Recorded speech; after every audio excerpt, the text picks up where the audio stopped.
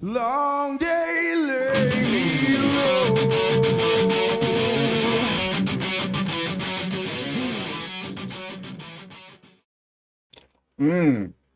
Yes, determined. Welcome to Get to Know Your Creator. Comics and Conversations. I renamed it. Yeah, we got a good one today. Half of them are here, half of them aren't. It works that way. But before we get to the guests of honor, the esteemed people, we got Angela. What's going on, Angela?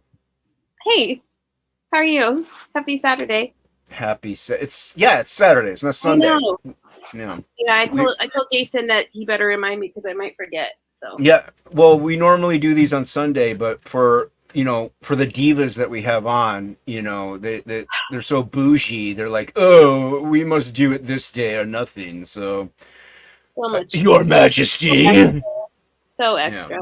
So, you know what I mean? It's like, geez, man, get the grapes out and feed them, and you could fan them and stuff, because it doesn't get more bougie than DarkGift Comics. What's going on, man? How you guys doing? Technically, also it's his first time on the show because this is second. First because you got a new show. Whatever. I didn't know it was a new show. I was like, oh my gosh, it's a new show. It's the same show. I just called it something different. I like the new name. I do like the new name too. Comics and Conversations. I like that. That's what it is. That is what it is. Because it's generally pop culture, comics, movies, music.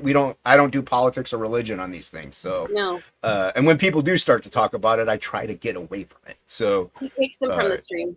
It's pretty brutal. Yeah, I just end the channel. So, I delete the whole thing, Anthony. Clean out and just kick them. I nuke the whole channel. I'm like gone. I'm done. Start a whole new channel. Start a whole new one. Well, that's the thing. Like with me, I do this because this is like an extracurricular hobby activity, the YouTube. I'm not looking to get monetized or make financial gain from it. I want the subscribers, to get eyes on like books like, Pariah, Blood, or Damn Dirty Story, but all the other fun things, my book. But if I gotta start, if I don't get paid, I don't care about monetization. Right. Yeah. No, I'm the same way. It just, it's nice like when it happens. Trust me. Yeah. But yeah, it's not like my end all be all. Yeah, dude, I'm not looking to, quit my job and be a YouTuber, Right. I want to do comic books. So this is like building your channel is nice because like I said, it gets eyes on books. Even if you get one backer because of like 1,000 subscribers, that's one more backer than what you had before. So yeah, exactly. Yeah. So it's great. And so we got Anthony on. Hopefully Doc will be joining us. I don't know if he overslept or if he just doesn't like me. But in the meantime, Angela, I see there's a chat over next to Anthony. Today. Yeah. Yeah. So Jolly Green was first. Chat. And yes, Angela Curry has read Battle of the Kings back at today. On Indiegogo. It's really good. 8 pages. That's what I can do right now. And no, I have not read Citizen Ronin. Hello. Yes, I know. I will read that. That is, I had to actually ask Jason what LP3 was. So last page is 3. I actually like Phil, so I remembered it was Lost Pages. Angela doesn't like Phil.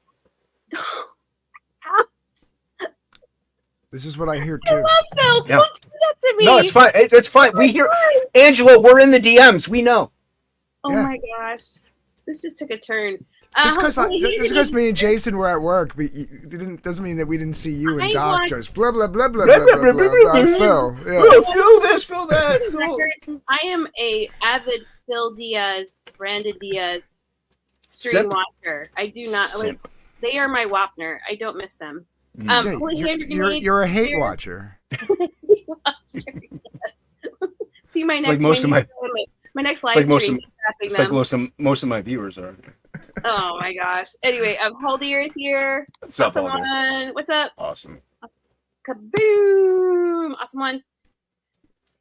Hey, the king is in the house. Oi, oi. KSSSS. What's up? Happy birthday, KSSS. Always and forever. Always. And Yes. going through, we got Prater 7. What's up, Prater? And we got Henry Bemis. And What's up, I Bemis? realize every time Henry Bemis makes like any comment or tweet, he always looks like in shock. It's just like everything he says is just got that look of like, oh my gosh. I don't know. I just think it's funny. Oh, and then Old Dirty Fatty's here. Oh yeah. Bill? Okay, scroll. If I forgot you, I'm sorry. Just the chat is just. Chat's hopping. We appreciate it. Appreciate the chat. Thank you everybody for being here. Like, share, and subscribe. If you don't want to hear any of us talk about anything, a damn dirty thing is who's that? Luniverse is here. Sorry. Oh, Luniverse. What's up, man? A damn dirty thing is pinned to the top of the chat as well in the description below, as well as everybody's YouTubes and Twitters and stuff like that. So check it out if you don't care about what we have to say. Because sometimes, hey, if you're watching on the replay, you may not care. So, right, Anthony? You know how it goes. Yep. That's how it works. Yeah, it's all there for you to just click on, and you can like tell us to screw off and. Ooh. Well, Dichi has a question, but we can save that for later. But hail, Michael. What's his question? Well, I mean, okay, let's just go. Have you guys checked out the new rebooted EC Comics issue 1 of the horror run? Disappointed me story wise, but I'll give it some more issues to develop. I have not. I did not know. I didn't even know that was a thing. I did hear. I actually heard of that. I don't know where I heard it, but yeah. Yeah, and I was just at. I was talking to Angela and Anthony while we were backstage. I was just at the comic shop, but I had to hurry up and get going because Mother had an event to get to later tonight. So I just picked up my poll, and it wasn't on my poll list, and a bunch of Grendels. So I love Matt Wagner and Kelly Jones, like I was telling Angela. Kelly Jones I mentioned because of Dracula, but I love Matt Wagner.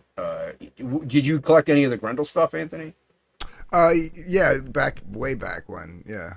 Dude, at the shop they got Grendel #1, like the original one, signed by Wagner. So I have that just sitting there waiting for me. I got to save up to get it though, because his first appearance was Primer #2, which is like a couple grand. I can't afford that. But do you know they were going to make a Netflix series on that? I did hear about that, but it went into like development hell or something like that. Is that what? Because I told Angela I don't know what happened to it. I know it was going. Do you know what happened and why? Or no, I think like just like the typical like director issues, like who signed on, then who signed off. You know what I mean? Like, I don't think it was anything too dramatic. At least as far as I know. I just know that like Netflix was going to pick it up. They were in talks with. I think they even had a script for like the first like first episode or two, and something like a director or showrunner. I'm sorry, a showrunner like came on board, and then I guess maybe wasn't getting what he wanted and left, and I don't know whatever happened after that. That's the last thing I heard. What's the thing with a lot of these things that they. Sometimes, like, you have the creator on, and then you get a showrunner or a side writer or somebody in the end, like, hey, we're going to do this to it. And the creator kind of has to say so. They're like, I don't want that. And then you butt heads, and it just falls through the cracks because it gets so deformed from the original source or anything like that. Like, I was actually talking to Plagle about the new Crow movie because he saw it. I haven't seen it yet. And the way he made it sound, it's like, I guess you could consider it a soft reboot. It was almost like it has the same name of characters, but aside from that, it's almost a totally different story. It's like if they had just changed the name of the characters, because as you know, the Crow is just anyone could be the Crow. Right. So if they just changed the name of the characters, it would have been a whole new thing, and I would not have had a problem with it. Yeah, it could have totally been Crow 5. You know what I mean? Like, oh yeah, and yeah, but like to say that you're gonna take Eric and Shelley and then stick them into this like I don't know it looks like a homeless drug induced like scenario. Like, come on, all right, listen, the comic he was a mechanic, the movie he was a musician, but at least like he had a job. You know? Well, not only that though, they relatively stayed pretty close to what, like, there were some liberties taken obviously and stuff like that, but they stayed pretty close to what the story, like the actual guts of it, you know, like the root of it and what it was about. Like, if you want, there's the Crow Flesh and Blood, there's the Crow with the gang story or whatever, the Asian one, mm-hmm. That one's dope. So it's not like you can't change it up and make it cool. You don't have to keep it like close to the original, but if you want to do the Crow with Eric, don't. Don't. That's what I said. It's already done. I don't get it. And he said it's not bad. It's not a bad movie. He's like, I even asked him, like, should I go see it or should I wait for it to come out? And he's like, probably wait, see when it comes out on streaming. He's like, it's not, I don't see any rush to get to it. You're not going to miss out on anything. But yeah, like stuff like that, with, I saw Alien Romulus. I thought it was okay. I liked it. With certain movies and comic IPs that are related, you kind of know what you're going to get going into it. So, it's expected. Like, you're not looking to reinvent the wheel on some of these. But with things like The Crow, you can totally change it and make a whole new story, but based on that spiritual, like, otherworldly entity of The Crow. And that's what made it so cool. Yeah, all you need is that, like, ethereal, the mystical crow who brings them back and forth, and some kind of wrong that needs right. Exactly. That's all you need. That's all you need. Yeah, you don't need much. Yeah. There's a couple, like Old Dirty Fatty was a good point. Hollywood has a terminally infected with "we can do it better" disease, which is true. And yes, I have seen The Crow. I saw the original. I probably should see it again. It's been a while. It's good. I really like it. It's the effects are dated, but the story is still so good. And Brandon Lee just killed it. He crushed it with that acting, with the portraying of how that person would be. So, and the soundtrack's awesome. It's one of the best soundtracks. Yeah. And then Henry Bemis wants to know, Jason, did you ever read Grendel Warchild? I've read a few of them. Way back in the day when it first came out. I liked it. The covers are fantastic for that too. But yeah, I liked it. I've read quite a lot of Grendel, but back in the day, and Anthony, whenever you read something and then you stop reading for like I don't know, 10 years, like you forget a lot of things through alcohol-induced events or debauchery. So I've forgotten quite a lot in my lifetime. So yeah, but I really like Grendel. I like all of the stuff that he puts out with it. It's fun stuff. It's good. What got me into Grendel, honestly, was actually because I was my two favorite characters growing up reading was Wolverine and Batman. Right, like those were and the Batman Grendel crossover. It's so good, dude. Yeah. It's good. The artwork in it. I mean, Wagner crushed it with that one. It has a kind of a Tinsel Frank Miller like illustration vibe to it with the storytelling. And Wagner, he's a great writer. So I love that book, man. It's really good. Yeah. Yeah, I still have that book, actually. Oh yeah. It's good. It's good stuff. It's good to even just flip through it and look at it. The storytelling's fantastic. Also, one says he skimmed through War Child as a kid, never got it because he was sure his parents would not like it. So, yeah, I mean, growing up, like obviously we were mainly Marvel. It was mainly Marvel.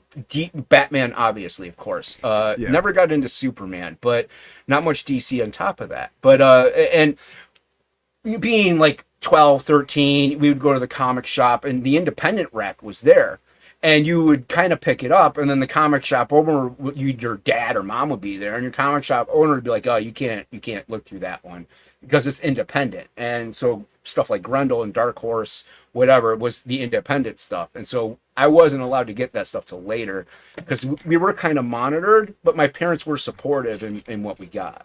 Yeah, especially Dark Horse back then, because people forget, like, long before Alien vs. Predator, Dark Horse had, like, their own titles, like, before they started, like, making, like, the Terminator comics and the, Alien vs. Predator comics and, like, licensing out these big properties. And their stuff was pretty heavy. Like, the early Dark Horse stuff, like, they were, like, fringe. Now they're, like, part of the mainstream, really, but back then they were fringe, they weren't as fringe as Mirage was with the Turtles, you know what I mean? Like, they were like super fringe. Yeah, and we weren't really allowed because it was the adult stuff. Like every now and then when I got dropped off, and my parents had to go somewhere like grocery store. They dropped because it was the comic shop, and then like literally 3 minutes away was a grocery store. So they drop us off, and I shopped there for a long time. So it's not like he was babysitting us, but we were also going to buy some comics. But we'd be by ourselves, so I'd be by myself looking through like heavy metal magazines while he wasn't looking. Like just the covers because they were sealed up. But still, I'm like, even like 13 years old, looking like But yeah, and then looking at like the Dark Horse stuff and all that other cool stuff that I wasn't allowed to buy. One time, I did actually. I don't know if it was a Dark Horse title or what, but I did buy an independent book by accident because it had a turtle on the cover. So I thought it was the Teenage Mutant Ninja Turtles. My dad did too, and we got home, and here I'm flipping through it, and dude, there's some like severe and not safe for work stuff in it, like beyond, like not violent either. Very sexual stuff. And so my dad saw it and he's like, "What's this?" So he was a little upset and he went back to the shop. He had to return it. And I don't even know what book it was, man, because I wish I still had it. It might be worth a couple bucks now. I don't know. But yeah. Yeah, my comic guy, the original owner, he didn't give two shits. Like if your parents weren't there, you could buy whatever the fuck you wanted. Nice. And yeah, and my mom and even my grandfather to a certain degree, he started, like, the more I got into it, the more he started to learn a little bit. But in the very beginning like in the early days of me collecting, they were so naive. They just thought comics were these little bubblegum magazines with Batman and Superman in them. They never checked my comics. Like, you know what I mean? Well, so no, go ahead. I was just gonna say, like, but the guy John, because the shop was originally called John's Comics and stuff, and John was your typical fat beer belly, sticking out the bottom of the t-shirt, greasy looking guy sitting behind the counter at the friggin' comic shop, and he actually gave us our first jobs, which we were too young to get paid, so we got store credit. Comics, yeah. $6 an hour back in like '87 was really like, good. Yeah, it's like, I think minimum wage was $4.15. Well, let alone that, dude. A comic back then was less than $1, 75 cents. 75 cents, and Yeah. it just hit $1 like within a year of us working there. But even still, like, we were there like every day, almost every day. Like either when it was New Comic Book Day, we were both there. Otherwise, me and my buddy would alternate the other days, and then sometimes if he like brought like a lot of comics at a convention, or someone brought in their kids, comic, like boxes of comics, but then we'd have to go through them all. And that's actually how I got my first Cyberfrogs from the '90s. Was it came in a lot of comics, and he was like, pull out the shit that we don't know. We'll have to look at it. Everything else just bag and board, and we'll throw them in the back. And I pulled the Cyberfrogs. I was like, "What are these?" He's like, "I have no clue." And I was like, "Can I have them?" He's like, "Take them." And I was like, "Yeah." So that's how I got my first Cyberfrogs. What's up, y'all? What's going on, Doc? Hey, Good to Doc. see you, man. Good to see you guys. I am so sorry for being late, but I was detained out of the house the whole time screaming, "I've got somewhere I've got to be." That's okay. That's all right. We had a great show, everybody. Thank you for swinging by.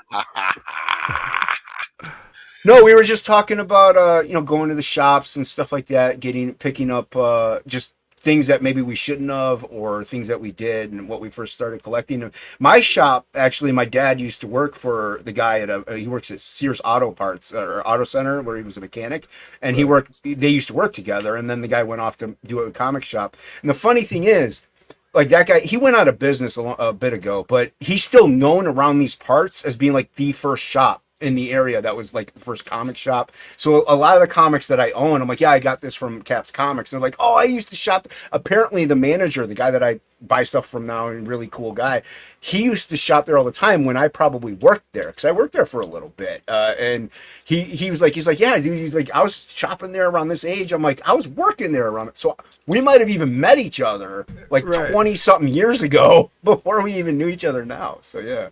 So did you go into shops, Doc, or were you like a convenience store guy? I am.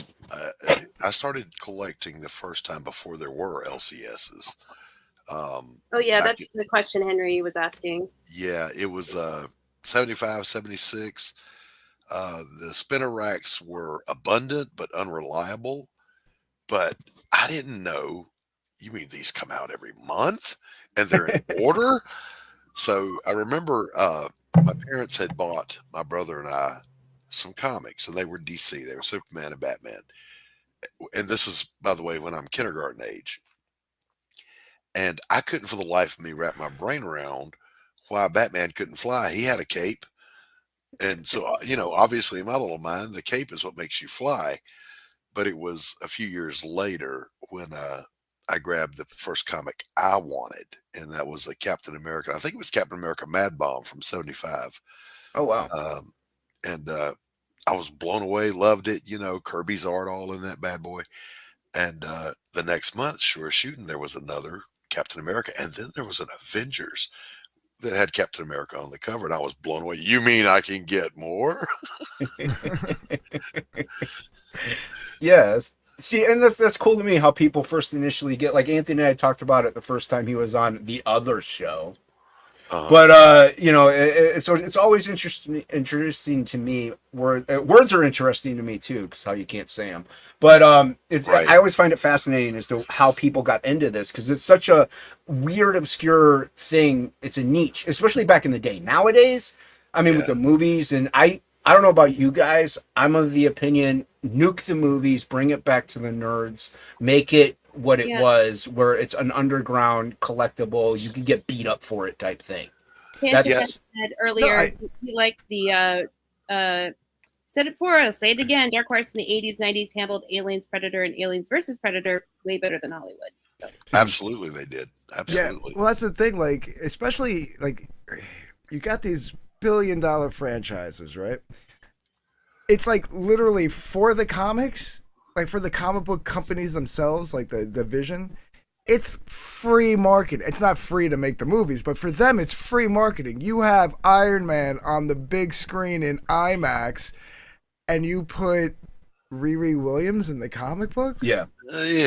See. Well, dude, Like, and now things are coming back around where, Sark's back in the suit, all the things, and now they're putting Riri in the freaking Disney Movies. show. Like, it's like, what you guys do you not understand what to do? Do you not like money? Do you not understand what money is? Do you not want? I want money. Doc, you want money? I think you do. Absolutely. I love money. I also love comics, though. So, you know what I mean? I get the gist of it, and I understand. With us, we're very fortunate. We do what we love because we want to do it, and hopefully the fans like it and they want it too. And it's not to say like we don't adhere or listen to their opinions, critiques, positive or negative.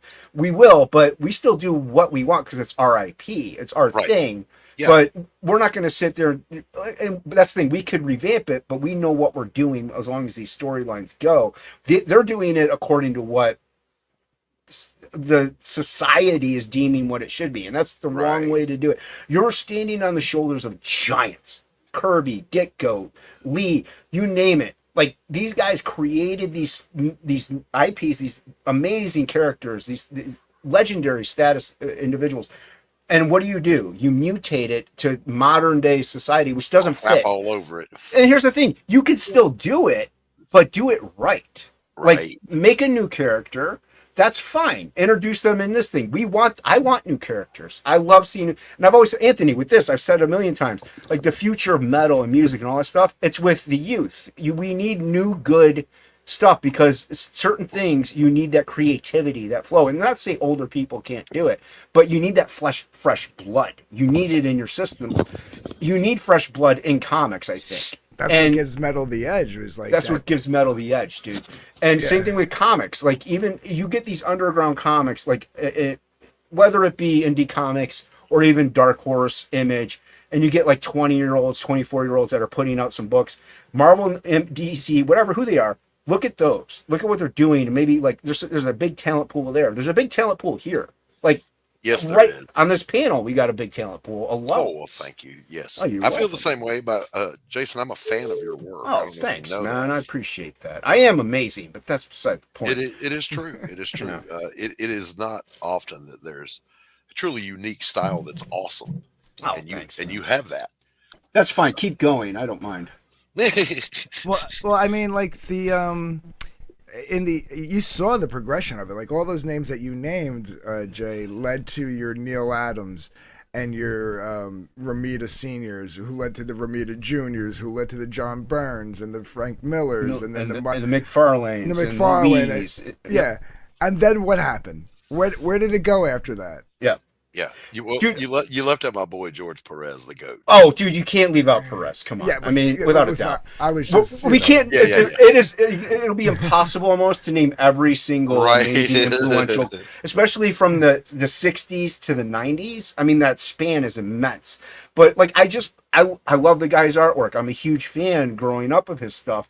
But I picked up Capullo's Wolverine, and it's almost like he's phoning it in a way. It's good. It's not terrible.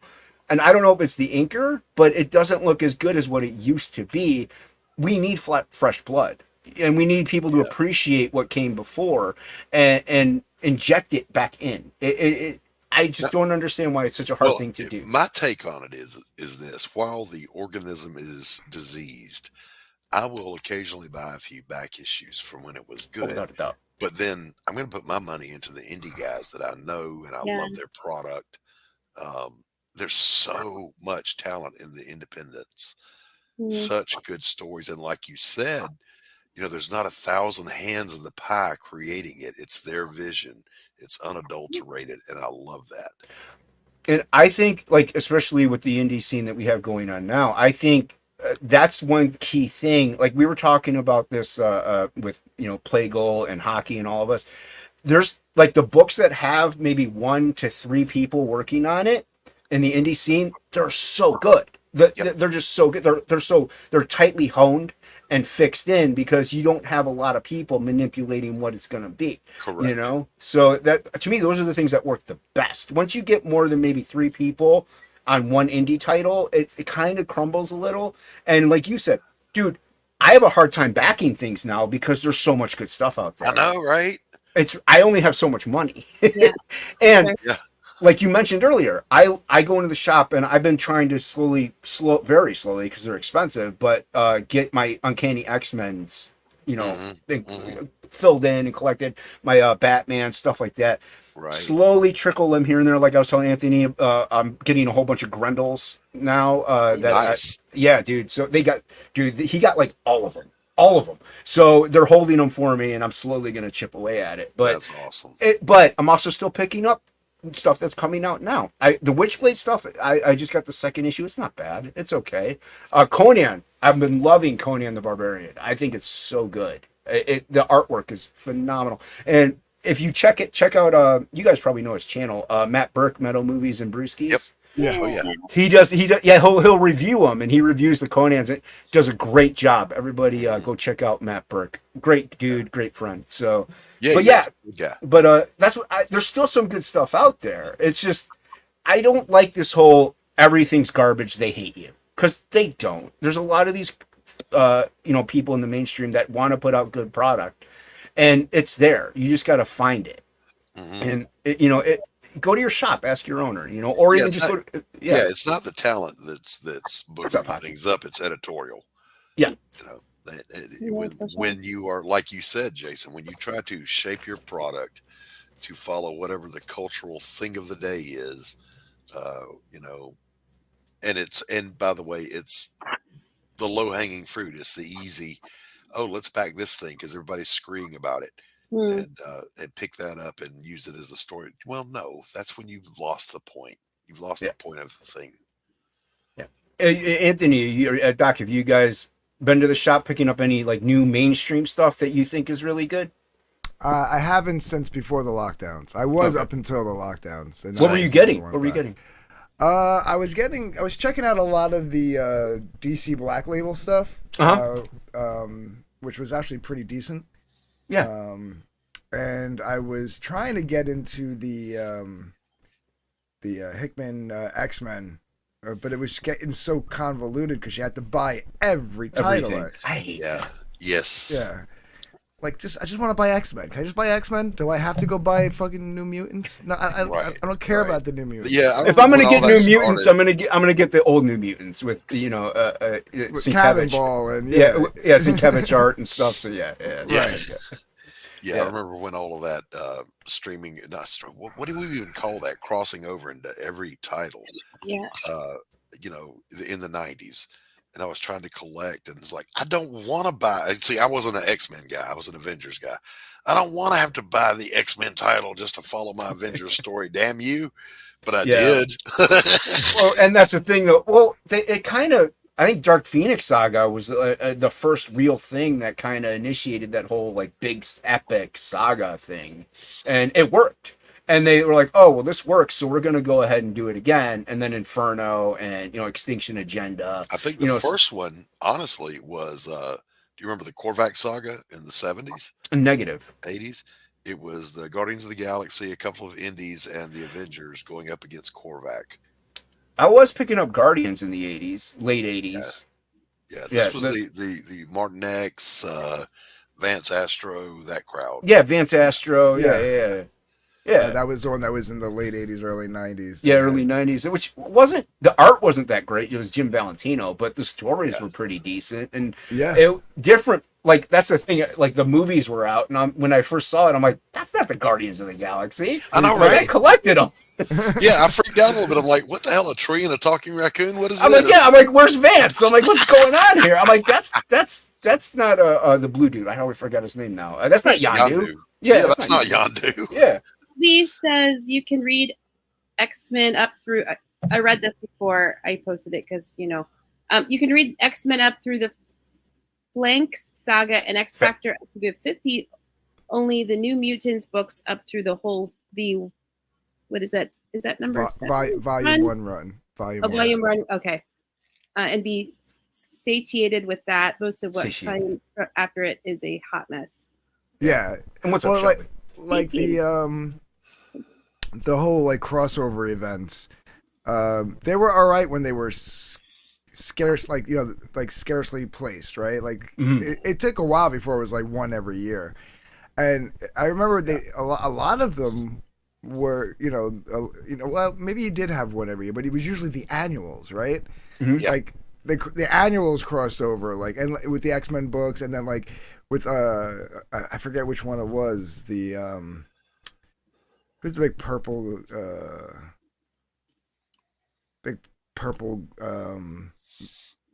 High Evolutionary. What was? Okay. Yeah, the crossover. I forget which one that was, but that was like the Avengers, Fantastic Four, Spider-Man. Yeah. But there was the annuals, so it's like you have to buy 5 issues once a year. You know what I mean? Like it was fine. And like I think about the crossovers and oh my god, I have to chase all these titles down. But then I remember before they started doing that, I used to get kind of pissed off. It's like there's this world-threatening thing happening in the Fantastic Four there. Where are the Avengers? Where are the X-Men? Yeah, dude. And the same thing, the Avengers are fighting Galactus. Well, where the hell are the X-Men and the Fantastic Four? So, be careful what you ask for. Well, and that ties in then now to where the movies is all just multiversal threatening, universal threatening, world-ending things. It's like, comics had it where it was just, you could tell a story, oh, they're going to take over Iowa. It's like exactly. Not everything had to be world ending. It's like, oh, Manhattan's under attack with a gang war. Spider-Man's going to go ahead and, swing in with Daredevil.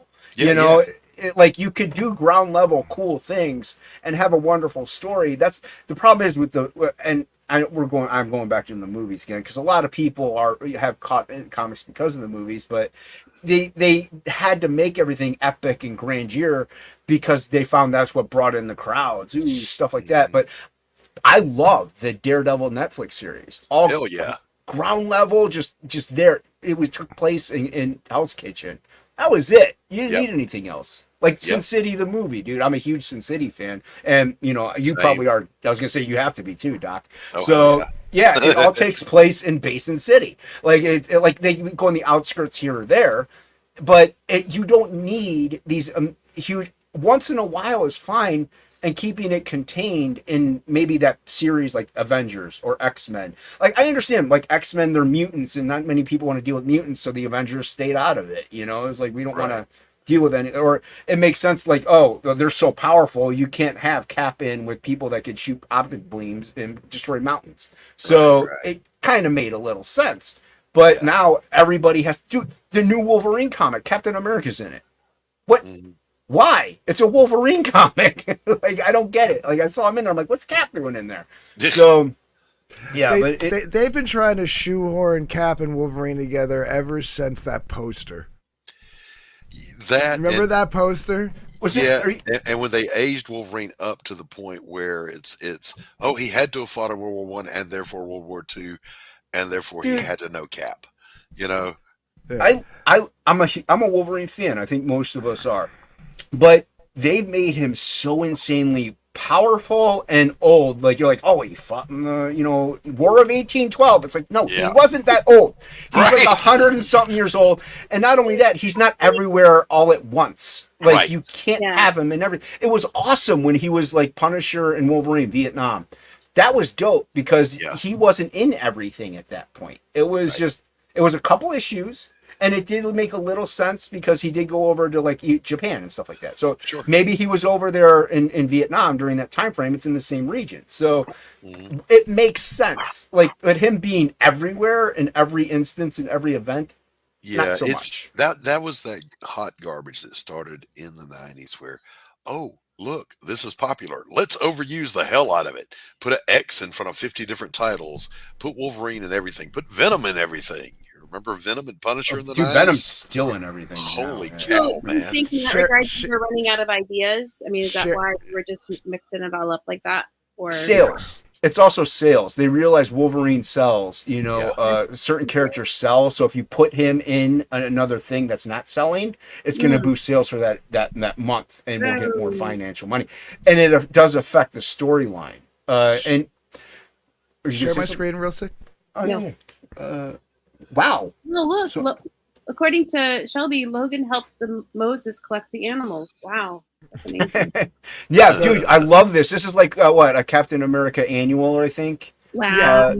Every like at least every kid my age that collected comics had this on their wall. It's so good, dude. It's iconic, and this is an awesome cover.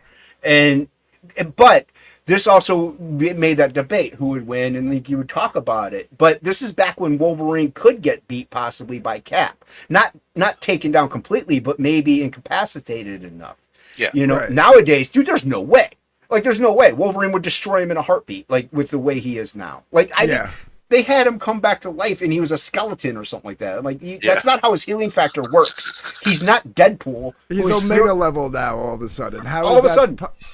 Dude, Ink Spots and I were talking about this, I think it was Ink Spots and I were talking about this last night, that Deadpool is a joke. He's a parody. So it makes sense for him to come back from like almost nothing. Like just an eyeball, and he's back. It's fine. You get it. It's a joke. Wolverine is more of a grounded, serious type character. Right. And when you make him come back from a drop of blood or virtually nothing, like he's an exoskeleton, you don't have any cells to come back from. You can't do that. You know what that puts into question? Every time he got like demolished and shredded and his blood was everywhere, how come like 15 other Wolverines didn't pop up? Exactly. Oh, wow. Yeah, and that's a good point. Luniverse says currently reading the first Spider-Man comics, and I'm loving classic Spider-Man from the 60s and 70s. Good times, even though I wasn't born yet. So well, and that's the thing. I understand maybe changing or developing characters' power sets or like, evolving them a little bit. But when you get so, like, that's like making Spider-Man be like, okay, well, now he can lift up the moon. It's like, well, no, Spider-Man isn't that strong. Yeah. He has limitations. And limitations are what, like, we all have, as humans, flaws, but we also have things that have strong attributes. So it's what makes us who we are. But when you make a superhero, that's why I don't like Superman. The dude's, you can't do anything with him. He's flawless as far as power sets go. So he's almost God level. I don't, there's nothing there for me. Wolverine, he can still get beaten. He can still get killed. And he still get his butt kicked. And that's what you like about him because he keeps coming back. It's that feral ferocity. You got to have, there has to be stakes. Hey, Alex. And if you're indestructible, there's no stakes in your fight. Right. Now I do, I commend the writers of Superman for finding ways to work that. But I'm like you. I was just never interested in Mr. I can do everything hero. Yeah. Well, Anthony, especially in the 50s when he had like how Batman had like things popping up on his utility belt every issue. Yeah. Like, oh, I've got my bat spray, or all of a sudden Superman can just like throw rainbow shit over there and like like in a movie, he just took a cellophane S off his chest and just threw it. Yeah, mildly inconvenienced the guy. Dude, I'm not a Superman fan, but I like the movies, and even when I saw that as a kid, I'm like, what is that? Even as a kid, I was like that. I was like, what? Yeah, what? Like, what? Yeah, and then he's like, Yeah, the villain gets up and goes, "Darn you for momentarily incapacitating me and inconveniencing me." Yeah. And then he's like teleporting. I'm like, what? Superman can teleport? He's like, bloop, bloop. I'm like, that, I guess maybe he's moving so fast you don't notice it. But Yeah. I mean, come on, he flew around the world to counterclockwise yeah. Right. to That- reverse time. I even had a problem with that as a kid because I'm like, even as a kid, you're like, that Earth doesn't work that way. Right. Like, you're dead. Everyone's dead. You just killed everybody. It's not how time works. But Cameron still, said Superman could shoot many versions of himself, I believe. what's up, Cranberry? Yeah, I saw that. I think in a comic. It's ridiculous, and I get it. Okay, back then also they were doing comics were for kids, like they were for our kids, and they made them very kid-like. Like even Batman, It was like goofy. it was goofy. That's why, like and Neil Adams, like kind of with Batman stuff, they did deter from that a bit, but that's why the '89 Batman movie was so great because they made it dark. Like they were like, oh, Batman's a dark character, and like you did get stuff like Dark Knight Returns, which set in the future, but still Miller really made it a grittier, moodier thing, and a lot of people like and hated at the same time because that gave way to that, and Watchmen gave way to a lot of stuff that happened afterwards with everything has to be grim and stuff. It's like, well, it doesn't. That's why I like Spider-Man. But then you had Torment by McFarlane, which is very, very, very grim, but amazing artwork. But yeah, you didn't get McFarlane for the story, But yeah, I still love those comics. I'm not a big fan of the cartoonier Batman. And I was gonna say this, Anthony, like Shelby, Hockey, all of us, we've all had the conversation about the Batman Wolverine fight. I think nowadays, yeah, Wolverine would destroy him in a heartbeat. But I think if you had like the '80s Wolverine, I think Batman has more of a fighting chance in that regard. It just because you could incapacitate Wolverine at that point, but. Yeah, nowadays there's no way he would deny. Well, yeah, absolutely, because I mean, like Batman theoretically, without any missteps, could take out Superman if he wanted to. He's like the only one that could. There is a caveat to that, though. He knows Superman, so he's kind of prepared for it, just in case. If he doesn't know Wolverine at all. Oh, yeah, if it's like out of the blue, like their first interaction. Yeah, he might get he probably take a punch and realize this guy's made of fucking metal after he breaks his fist, but I'm a big Batman fan. I've always liked Batman. Loved Wolverine, and Thor was my first jam, and that's why with the movies, with the first Thor movie, I liked it. I liked freaking Dark World, dude. I thought it was a great movie. A lot of people hate it, but it was a serious Thor movie. And then you make him into pretty much just a Deadpool character at that point. And it was a fine movie. I was okay with it. It was fun, but that's not Thor. I have the original Ragnarok from Thor. It's I can't remember the artist, but phenomenal writing. It's like Shakespeare written. That's what I was collecting when I was a kid and reading it. Yeah, amazing writing, and it's totally not what you got in the movie at all, in the slightest. And so, that's why, dude, I loved it in Avengers.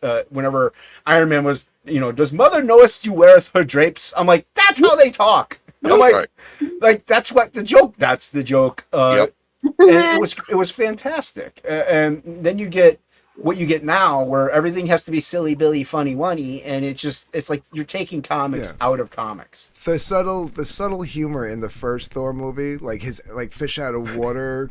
Dude, we have dogs. Give me one of those large enough to ride. That's funny. That was funny enough, but understandable. You got this guy who's never been here before, or at least I think he had he had never been there socially. Yeah, and he's doesn't have his powers and all this stuff, right? It made for some good moments that broke the tension of whether it be the romantic tension between him and what's her face, or the tension of the plot of him trying to get his hammer and go home. But that slowly evolved. Like you said, I like Dark World too. Because there wasn't a lot of humor in that movie at all. Right. It was a movie. It was a movie. Yeah. Yeah. Yeah. Well, and that's what I really. Go ahead, Doc. I was just gonna say I enjoyed them as well. I think they did him pretty good in the Avengers, except for the Fat Thor thing. I didn't like that. Well, that's the different Well, that's Avengers. right. The Yeah. original Avengers, they did them pretty What solid. was it that like what if like the what if series or whatever the Fat Thor? No, that No, No, that I mean, they really I mean, did in the that. movies. That's the thing. They Thor made is his own what if, I think, in that situation. well. That's the thing with Thor. Like, yeah, he has emotions and feeling, but if he gets depressed, he kind of is like, okay, I got to struggle through this. I got to fight through it and get out the other side unscathed or whatever. Then he's just like so sad about everything. And I get it. He lost a lot of people, but that should lift him up to want to rebuild and regrow and like lead his Yeah. people and make They- him proud. yeah, The hero. They Yeah. played him. They The played hero. Him, they played him for laughs and Mhm. sympathy. I get that, but think about all those little things we lived for reading comics as a kid. Yeah. So in the first Avengers movie, they're in the hangar, and the Hulk is rampaging, and who stops him? Thor. It's like, oh, there's the fight we always wanted. Yep. Thor versus Hulk. Dude, he throws the hammer and Hulk can't pick it up. Yeah. He's stuck. So Thor's yeah, dude, that's Thor. That's what he would do. Yep. It's so good. And like you said, when reading comics, that's what you strive for. Those stories, those Those little moments, those like little that. moments, and also those moments of that, like, okay, they're doing well, they're doing good for humanity. They're striving to be good people. That's a good example for us as children. And when you get these Exactly. books out that are coming out now, where it's like, oh, here's Mephisto, but you should feel sorry for him because he Right. lost his wife. It's like, no, that's the devil. Yeah, That's the devil. You don't feel sorry for the devil. sympathy for the devil. Sympathy No, for the not devil. here. Man. Good song. Not but here, Mick no. Jagger. Not here. Yeah, you're not here. I love that. Guns N' Roses did a better version, in my They opinion. Absolutely. did. Yeah. Did you guys see? Because you guys mentioned Hulk and Thor. So Henry Bemis wants to know: did you guys see the Ferrigno Hulk movie where Thor? I did. It's I have it. Yep. I have it When on was DVD. that? And I don't remember and that. Daredevil. the Lou Ferrigno Thor, Bill Bixby, and Daredevil, Daredevil. Yeah. which was actually pretty freaking good. It was good. Dude, the Lou Ferrigno stuff was good. It was good. You know, those were two movies that came out after the series. They were TV Right. movies. Right, They were right. I TV think movies, it was like the Death of the Incredible Hulk was And the Trial Thor of the one, Incredible Hulk. and Trial Mhm. was What year was the Yeah. that? I don't even Yeah. remember that. 80s. I remember watching that when I was young. I don't And remember. it was on the screen, and it was just the guy that was playing Daredevil as Matt Murdock. I didn't know what it was. Right, my dad's watching it, and he's in his closet getting something, and he's obviously blind, and something falls, and he reaches out and catches it. And I said to my dad, "Hey, that's like Daredevil."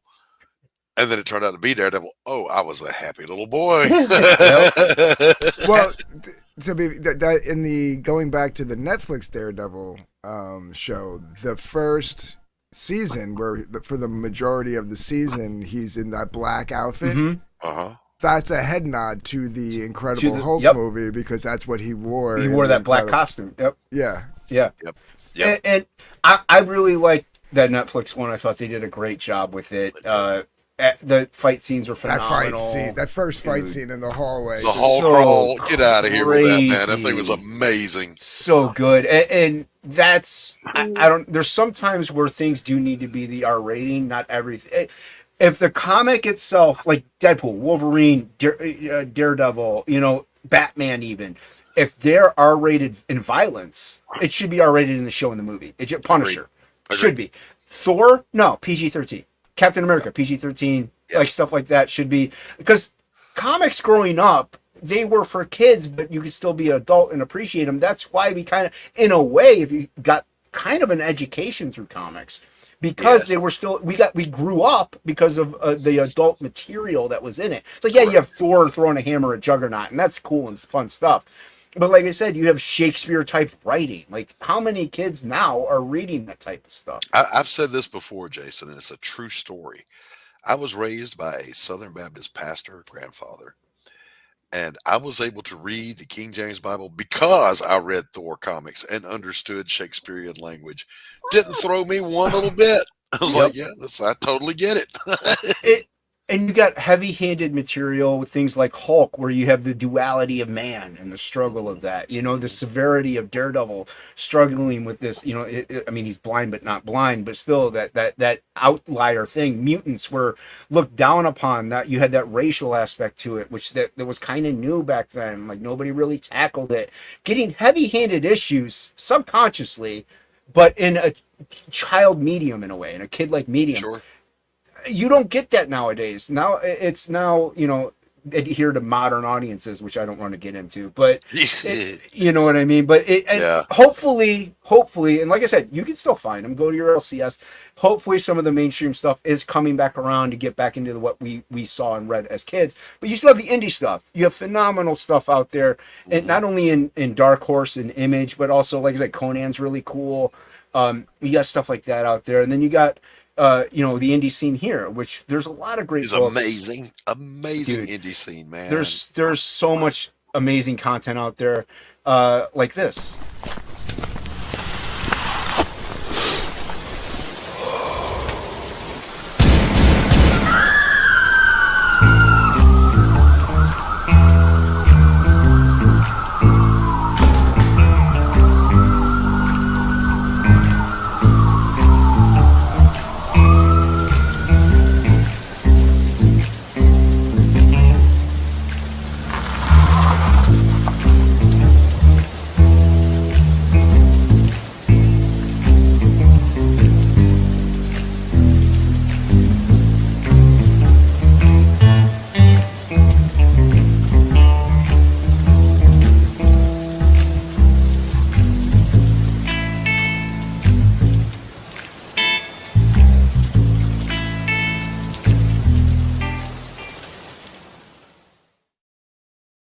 Yeah, Say, that looks spiffy. that's spiffy. Well, So I love so it. before we get into it, how did you two meet? I Yeah. have no idea. We met in, I believe it was Well Red's chat. Either Mm. Well Reds or Lasmats. I don't remember I like Well Read. which. Yeah. Yeah, Wow. it was in the chat. I remember that, and then Doc started popping around my chat, and then one day he actually just got on a stream, and then that was kind of. I had How long said is- I did comics in the '90s, so I had said in the chat or on a panel, I don't remember, that I know how to make comics, but I don't know how to do all this crowdfunding, make a way. I don't know how to do that shit. And I think Anthony said, "Yeah, I do." And I reached out and said, "Please help me." Cool. How many Yeah. years ago was that? 20. No, it's got to be longer than that It's now. 3 years now. Holy cow, Anthony! Yeah. Wow. Dude, time flies, especially in this It YouTube indie does. scene that we do. It Yeah. really does. Sure. Like, yeah, what, almost 4 years ago, I put out my first thing. So, you know, Right. we've been doing Topicless for 4 years. So time Yeah. flies, man. It really does. Like, I look at streams from back then, I'm like, man, I have gotten grayer. Yeah, no, because I mean, I feel we you. probably met in the. I don't know if you were around for the launch of Hunting Alice. I was. No, Doc. Oh, Doc. Oh. No, I came in right after that.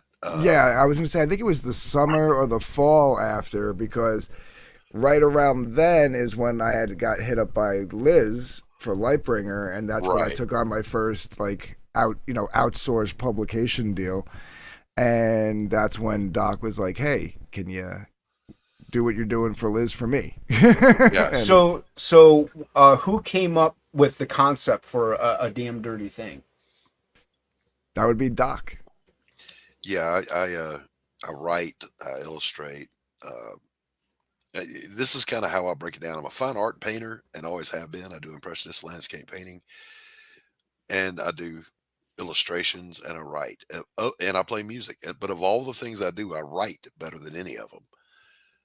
But you can't show people you're writing; they have to Very true. actually read what you wrote. So I got away from doing comics back in the '90s. Uh, Came back to it, like he said, about 3 years ago, and I'm just back in love with storytelling. Like, my wife was saying you could make more in one painting that you do in one day than you do all year on a comic book. Yeah, that's true. But I love the storytelling. And that's one thing that we all talk about quite often with this is like the money, like we're not Dan Frega, RT Bear and stuff. Like the money isn't like a thing where we're just going to quit our jobs and do it. Not to say they love what they do. I'm not saying that, but we love this because, and we don't make the money doing it because we love it so much. We're just going to do it. Right. So, and I love those guys, nothing but respect. And I mean, they're amazing. I'm not knocking them in any way. I'm fans. I'm a fan of theirs. But, and that's the thing with this. So you're doing, Anthony and Doc, are you both writing it? Are you both, or is Doc, is this all you and Anthony kind of edits? How's this working out? Anthony's editorial style is to argue with me. It works. But we always get it across. So typically I'll write and I'll illustrate and then we kick it around while he's lettering and that kind of helps with the editorial. What's the story? So Jake Bishop is a character. My first book was Pariah, Blood and Mud, and it's going to be a trilogy. It was originally going to be one big long book, but the economy went in the dumper, and we thought, nobody's going to buy one that big, So we broke it into 3 parts. Well, in the second part, she meets this character, Jake Bishop, but I thought he needs a little backstory here, a little kind of a warming up, get to know you type story. So this is just a 20-page floppy. Now there is a 100-page novella that I wrote that you can get also, but he's a supernatural private investigator, but he doesn't investigate supernatural stuff. In other words, he just happens to be able to do magic. He's just your typical gumshoe detective. Yeah. Excuse me. And so in this book, he's trying to track down the mob boss that tried to kill him, that did succeed in killing his secretary and his partner. And so it took him 10 months, to recover from the attempt on his life. And now he's back on the trail trying to go get this guy. Now, when you work drawing, do you do digital? Are you traditional? You mix it up? What do you do? I started traditionally, and in this book, I think, I forget what page number it was. On a certain page, I started working digitally. Mm-hmm. And there's quite a steep learning curve for me on that because, it's so radically different. But I like the fact that I can edit so easily. Anthony will tell you on the first book, while we're doing the edits, I'm like, yeah, Anthony, I'm going to redraw that panel. I'll mail that to you, or I'll scan that to you and get it to you. I kept redraw. When with digital, I can Control Z. Yep. And I'm back to good.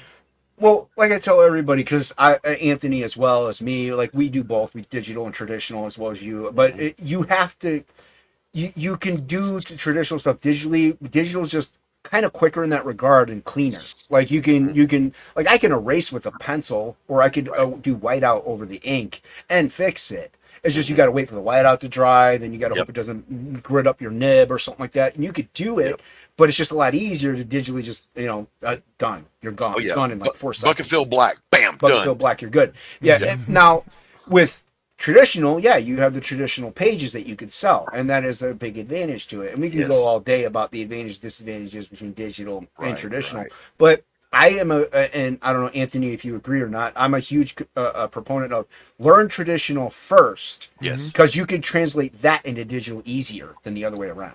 Correct. Yes. Yeah. Now, Anthony, do you edit anything artistically? Like, do you go in and maybe like, look, Doc, you're busy, I'll fix those fingers for you or something like that? Yeah, I've done that. Yeah, absolutely. I do the art edits and the story edit. Oh, excuse me. And the How story dare edits. you ruin this professional stream?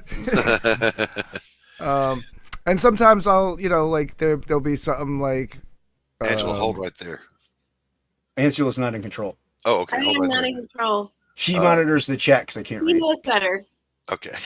Yeah, and there'll be some times where like I can see where Doc's going with like a story element, and as an outsider, like I can be like, well, wouldn't it be cool if, right? Right. And then I'd say for the most part, I mean not every single time, but for the most part, I think a lot of those have stuck. Because and I think that's why we work well together.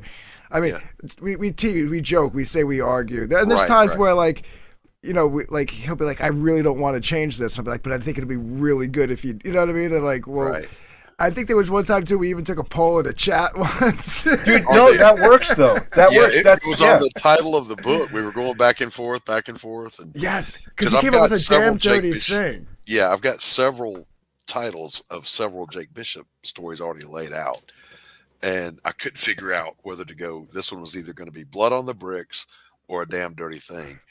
And we went back and forth. There were multiple polls across multiple channels. Yeah, well, because he came up with a damn dirty thing, and then like I'm talking like on a stream, like he wasn't there. Like I'm on a couple of streams, like, oh yeah, this is a damn dirty thing, and then like one day we're on a stream together. He goes, oh no, I changed the name to Blood on the Bricks. I'm like, wait. What do you mean you changed the name? I do like that title, but this one works too. Like they're both really good. But here's the. No, go ahead, Anthony, please. Yeah, I'm sorry. And No. It was funny too because like we were in the chat and everybody like finally we were like I think we were in a big chat. I don't remember whose it was. I don't remember if it was mine or if it was somebody else's, but it was like there was like 80 people watching and everybody's yelling a damn dirty thing, and then you got Matt Fowler in the chat going, oh, he's not using it. Ah, dude, Fowler. Yeah. Fowler's going, he's not going to use it. He's like, I'm trademarking it right now. I'm like, you see. I remember that. And then like, yeah, so I won that one. I was like, we'll use Smart. Blood on the Bricks somewhere else. But Somewhere else. It's a good one, but I do like this one more. But that's the great thing about what we do here. The fans in the chat, they can have an influence on what happens. Like the same thing with Frog G. We had the Irene Strakowski cover, and we weren't sure if we were going to do, because it's a great image. So we took a poll whether or not it should be a virgin cover or with a trade, and the chat wanted it with a virgin. So it makes it a lot more. Word I'm looking for, but it makes it good for the chat and the fans that they're part of this whole thing. Absolutely. Because they are. We do this because we couldn't do this if it wasn't for them, like at all. Like there's no way. Like we're not in shops. We don't have 30 years of experience under our belt. We can't do this without them. And whenever they have a say-so on what happens in a book, it just makes it all the better. So yeah, that's fantastic. So, you wanted me to stop here, Doc? Yeah, just to point out the business card there. First of all, actually is a working phone number that you can call and reach Jake Bishop Investigations. Leave a message for him to take a case.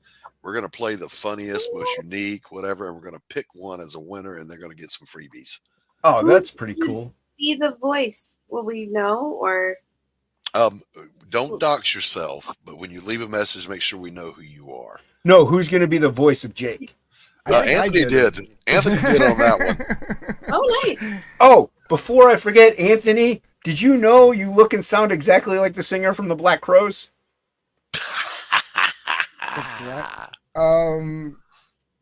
He was on with Rogan, and I'm like, is that Anthony?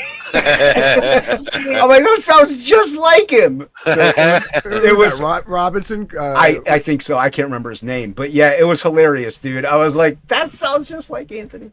But I was cracking up when I first heard it. Go back and listen. No, that's really cool. And Anthony, so you did the voiceover for that, the voice for Jake, right? Yeah, it was just like real quick, like I don't know. I don't remember what I said, but it was just something like, hey, leave a message. But I did it in like a real gritty. Like, Nice. Yeah. That's pretty cool. Now we do have as a stretch goal a full audio book that I really want to do, and there's a sample at the bottom, but it's a bad recording. I don't think I'm sharing audio anymore. Yeah, it's a bad recording because there's a high pitched whine in it and whatever. But I fixed it up as best I could. But yeah. But I've got a professional sound engineer lined up to do the damn thing. We've just got to get to that stretch goal to pay for the engineering and the distribution on it. And I really want to do it. I've got some great voice talent lined up to do the different characters. Now that would be you'd get mailed a link to that if you get the stretch goal. People, is it going to be every backer would get it then? I don't know. That's Anthony's. Court. No, okay, yeah. So if you get one of the bundle tiers, it's like automatically you would get it. Okay. We would if we hit the stretch goal, it'd be to make it, and then if you did, if you just bought the book and you wanted the audiobook, you'd have to go buy it. But what I would do is it would be a standalone digital file, but I would also get it so that it would also be in Audible. So if you had an Audible account, Nice. you Okay. could Yeah. add, Yeah. you could add it to your library. So. Which I So, do. so you'd get like your own personal file to have on your hard drive, so that you can listen to it anywhere, like on a device that you don't have Audible on, or you're not connected to the internet or whatever. Right. Whatever. Yeah. But you'd also have it in your Audible library. So. Nice. So let's go over tiers real quick. And like I said, you guys, you could always check this out on your own. Link is pinned to the top as well in the description below. And back it. But if you want to go over the tiers real quick for me, since Jason can't read, what's this first one, Doc or Anthony? That is the Damned If You Do. And that's basically everything. Because on this campaign, you could also pick up Pariah Blood and Mud. Because, like Doc mentioned, in Pariah Sanctum of Hate, the second book, which will be coming out after this book, Jake features in that. So if you want, like, all the, if you like this book and you decide I want to see more Jake, I'm going to get Pariah Sanctum of Hate, but hey, I don't know what's going on because I never read Blood and Mud. Well, you can pick it up here. So Blood and Mud and A Damn Dirty Thing. Sorry, Anthony. They run almost concurrently, and then they converge in the second Pariah book. Okay, nice. And is this the only way to get both? No. Okay. On this campaign, yes. Okay, that's what I meant. Yeah, on this campaign, is this the only way to get Pariah, Blood and Mud, and A Damn Dirty Thing? Yeah, but you can. There are separate tiers on the campaign. Well, we're going down through the list. Right. So. Yeah. So get one step at a time, fellas. So this will get you the 20-page. Well, it's actually 21-page of story. So it'll be 24 pages with a couple of little. I don't know. Maybe we'll put a pin up or something in the back or whatever. But you get the floppy for A Damn Dirty Thing, and this will be a prestige floppy. So even though it's only 21 pages or 24 pages, it will be perfect bound. Perfect wow, bound. I don't think I've seen a 21-page perfect bound thing. Yep. Nice, interesting. Is there extra material in it, or is it like straight up? No, it's to round it up to 24. We'll probably have a pin up, and then there's that's what I'm getting at. Yeah. We'll round up to 24. Yeah.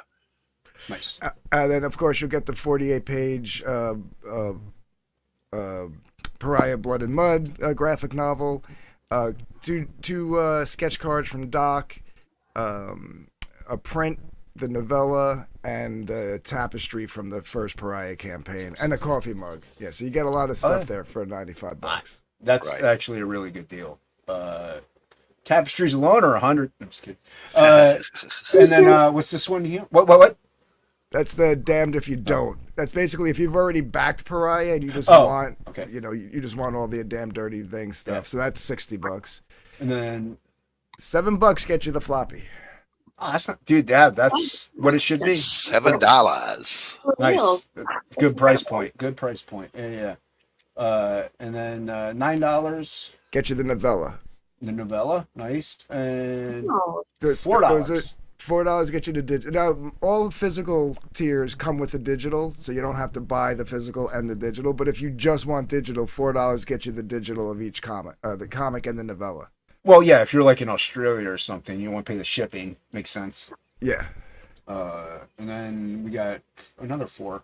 That's the novella, digital novella. Oh, okay. 15. That gets you the physical novella and floppy. Nice. Another 7? 7 gets you is the digital version of the combo. Yeah. Can you organize these yourself? The tiers? Yeah. Okay. Because you have the digital and then book digital. I don't know. I was confused. Yeah, because I was going like, okay, here are the 2 single books, here are the 2 single digitals, here's the combo, here's the combo. Okay, I get it. Yeah, that's how I was looking at it. No, I was just curious. Yeah. So $12. $12 gets you the. That's what we sold it for on the Pariah campaign, so that's what we're selling it for here. Okay, so if you just want Pariah Blood and Mud, you don't care about anything else. Right. Okay. Then you can get that there, and then $4 for the digital. There you go. I get it now. 17 is it's both comics without the novella. Yeah. Okay. Nice. And $7 is the digital for those. Yeah. Nice. I see what you did. 25 get you the novella. Probably. What does that get you? It's Yeah. the novella and the 2 comics. So for the price of what a lot of people are selling 1 comic for, you're getting 3 books. Yeah, you're getting 3 things. Yeah, that's definitely a really great value. And let alone a 48 pager like Prog G was 25. So yeah, it's 48 pages. So 48 pages is Pariah right there for 25. You're getting your, 2 books for free. Right. You know, so that's a great deal. Yeah, $10 $10. $10 is just a digital version A of that. digital version of that. 18. Coffee mug. Oh, the coffee mug. You got the coffee mug up Ooh. here. Ooh, and you got the I poster. want the mug. Tapestry. That's the Mug. tapestry. Yeah. Yeah, that's a dope image, by the way. I really like that. Yeah, nice job on that. $100 holla. That's we have 2 pages because, like I said, like Doc said, he switched to digital at certain points. But we do have some traditionally drawn pages, so we have 2. We put 2 pages up for sale. At the moment, You have those, don't you, Anthony? Did I mail those to you? no, but hold on to them until I need them. Are these Doc? Are these 11 by 17? Yeah, yeah. on Oh, Bristol. Yeah. At $100? Yes, sir. Yes, sir. What? Now, do you get the? It comes with a book. I was just about to ask. So, I've never seen original pages go that low. You're crazy. I growing up as a poor kid, I'm sympathetic to the plight of the cash strapped. So I like to offer things as cheaply as I possibly can. Sell to the whales is what I say. 200, Doc. Come on. No, it's a great price point, and you get the book, which I think every original art tier should come with the book. I think now, Absolutely. not everybody does it, and everybody runs their own campaigns their own way. I just think if you're gonna spend $100, $150, throw in a $25, $7, but throw it in, please. Yeah, right. Just hook the people up. That mug is really sweet, by the way. I'm looking at it right now. How Sorry. dare you not pay attention to the chat, Angela? No, I didn't see the mug. No, that's fine. Chat, Angela doesn't care about you. Check the rating. 75. It's a retailer tier. I forget what we do. 12 copies for $75. Yeah. Oh, wow. Oh, okay. Nice. Like that. Save some money there. And then same thing with the same novella. thing. Nice. 12 copies for $95. Yeah, and a lot to pick from. And what I like from my comic, you can kind of like add to shopping cart. So, right, with from my comic, Yes. and I like that. So you could get multiple tiers if you wanted to, Sure. and that's really cool too. So I don't yeah, know. No question. Is there a $5 sale? Or is he No, there will never. Yeah, that's a Rippaverse thing. There will never be a $5 sale. Oh my Uh, gosh, I'm flipping my keyboard. Alex, come on, man. There will never Throwing be. Angela off like that. There will never be a $5 sale on any DarkGift comics. If anything, they go up. If it's not on the campaign, like if you wanted to order, well, the place I'm hosting my website got rid of their store feature, which pisses me off. But prior to that, we had covers B and C of Pariah on there, and they were going for 15 because we upped the price from 12 to 15. So if anything, they go up.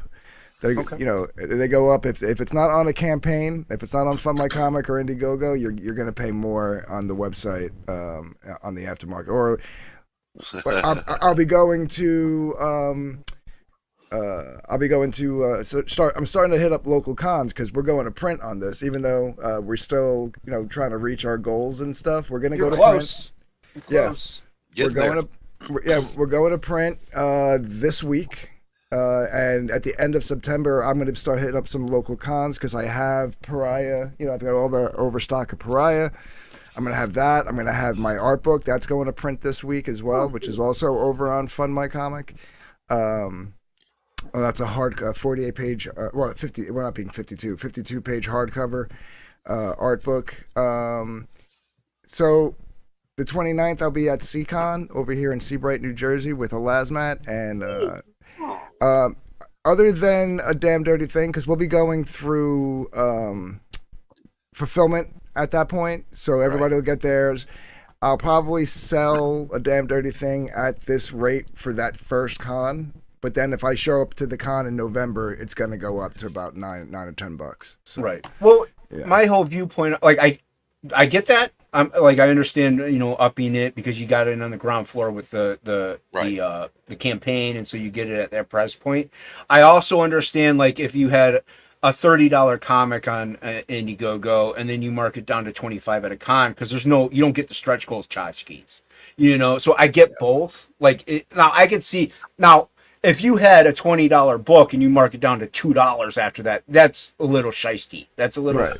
That's ridiculous. I understand both, like marking it up because you got it on the ground floor. I also understand if you're in person, like my viewpoint is this: if and mind you, they're my comics, I could do what I want. But like with some books, I'll knock down a buck or two because you had to pay to get into the con, you had to get the gas money, you do all that stuff. Right. I'm gonna hook you up a little bit with the book, especially if you buy original art. I'll probably hook you up. But Well, I'll probably like all the books come with a trading card, and I'd probably still throw the trading card in. right. At a convention. Well, that's the thing. I And that's wouldn't do that on the website, but I'd probably do it at the convention because, like Right. you said, they're Well, paying like you said, admission you're getting and it, stuff yeah. like that. Yeah. Well, like I said, it depends on who the person is that's running the thing or what they're doing with their books. Like, in all reality, if you decided to just give out comics at the con, that's on you. They're your books. You know what I mean? It would suck for the people who backed it but then again, how often are they going to get to New Jersey or Doc? I really don't know where you're at, but you know what I mean? To that city, like if they live in Wisconsin, they're not going to get to New Jersey. So, but it's not fair to them because they couldn't, you know what I mean? So giving out for free is a little ridiculous, but I don't know. I just have this viewpoint on that regard. It's just, I think it's up to each creator on what they do at a con. We're not going to get into, I don't get into the Eric July stuff at all, but that was ridiculous. I will say that. Like $5 and you're paying 30 regular. That's insane. That's stupid. But, I understand knocking it down a buck or two or even marking it up because guess what? The people who backed it, you got the deal. You got in on the ground floor. And I totally support that too. What you do I get is what flash sales. You know what I mean? You want to do a 24-hour, 48-hour flash sale and like knock 50% off or something for a day. I get that. I don't know. Yeah, again, I'm not going to comment too much. There's a lot of different ways to do these campaigns, and I think everybody has their own personal feeling. Like a backer, like if I backed this book now, and tomorrow you do a flash sale at 50% off, I might be like, well, what the crap? I could have waited. No, I would never do a flash sale on a campaign. This is just an example. This is just an example. I'm just using this as an example. Or something, a flash sale would make sense. Right, but I could see a backer getting mad about that, or even somebody, like if you offered it online, whatever it may be, and they get upset about that. But at the same time, it's your decision. You know what I mean? You made it, and they may be like, I'm not going to back it again, or like, hey, maybe I'll wait, or maybe you fund this and you put it on eBay for half the price, and I'd be like, I could have just, but then they would know you're going to do that. And Anthony and I both agreed early on that the backers are always going to get the best price. Everybody after that, a little bit of a markup. Yeah. But even then, it's like it only make like a sensible markup. Like we went $3. Like I said, I get it. I do. Well, I do get it, and I do understand that, and I understand also the other way around. If you have if I have like $10 worth of tchotchkes that the backers are getting for free, why am I charging the same price then? I can knock off a couple bucks at a con. Like instead of 25, do 20. You're not getting the $10 worth of tchotchkes. So, it's to me, there's a slight balance. I don't know. It's all in what you do. Like I said, if you're paying $50 to get into a convention and then you got to pay $30 for my comic, you might get a little upset, So I don't know. It all depends on what you do. Now, I'm not saying this is what we're going to do. This is what we do. I'm just like giving examples of what other people do with their IPs and their books as well that I've seen. So KSS says, "Where on earth is Doc Blalock?" That's my new YouTube show pitch. It's no mystery. I'm on the south side of Atlanta, outside the perimeter. Oh, okay. I'm pretty sure if I threw hard enough, I could hit Mandy with a rock from where I'm at. So that's all I'll say about that. Wow. That's all I'll say about that. Says Ringney sells her older books for a couple more dollars than the backers paid. I think that's a good business. I think Graham Nolan does the same on his website. I think that's totally fair. Not only that, you're getting the first printing. Yeah. You know what I mean? Like some of these might go to reprint. If you run out we only are printing that many of the Frog G's, you're only printing so many of this. If you run out, you might go back to print with a different cover, but they got in on the ground level and they got a deal on top of it. So, yeah. The chat's killing me. No, the chat always does. That chat I does. love The chat does. I love the chat, man. I could just sit back and just hang with Well, the chat for a whole show. Chat's hopping tonight or today. We really appreciate everybody All swinging by, comedians. that's sticking with us for as long as it's been. Yeah. Is there? Speaking of the chat, Angela, is there any more questions from the chat? No, a lot of very good discussion. I mean, along with the jokes, a lot of people have had some really good insight and their own, enjoyment of comics and whatnot. So, no, it's been pretty fun. Yeah, No we question. love No question. we love comics. So Except for Alex tripping up Angela. That was like tripping that somebody was- going down the escalator. Alex, That was not nice. you- Well, okay, that's what Angela gets for ignoring the chat and looking at mugs. Okay, it's on I've her. learned from certain people, Shelby Robertson, to read their comments before showing them as well. So I'm on to you. I love Anyway, Shelby. Is he in the chat? he is. Yeah. He was.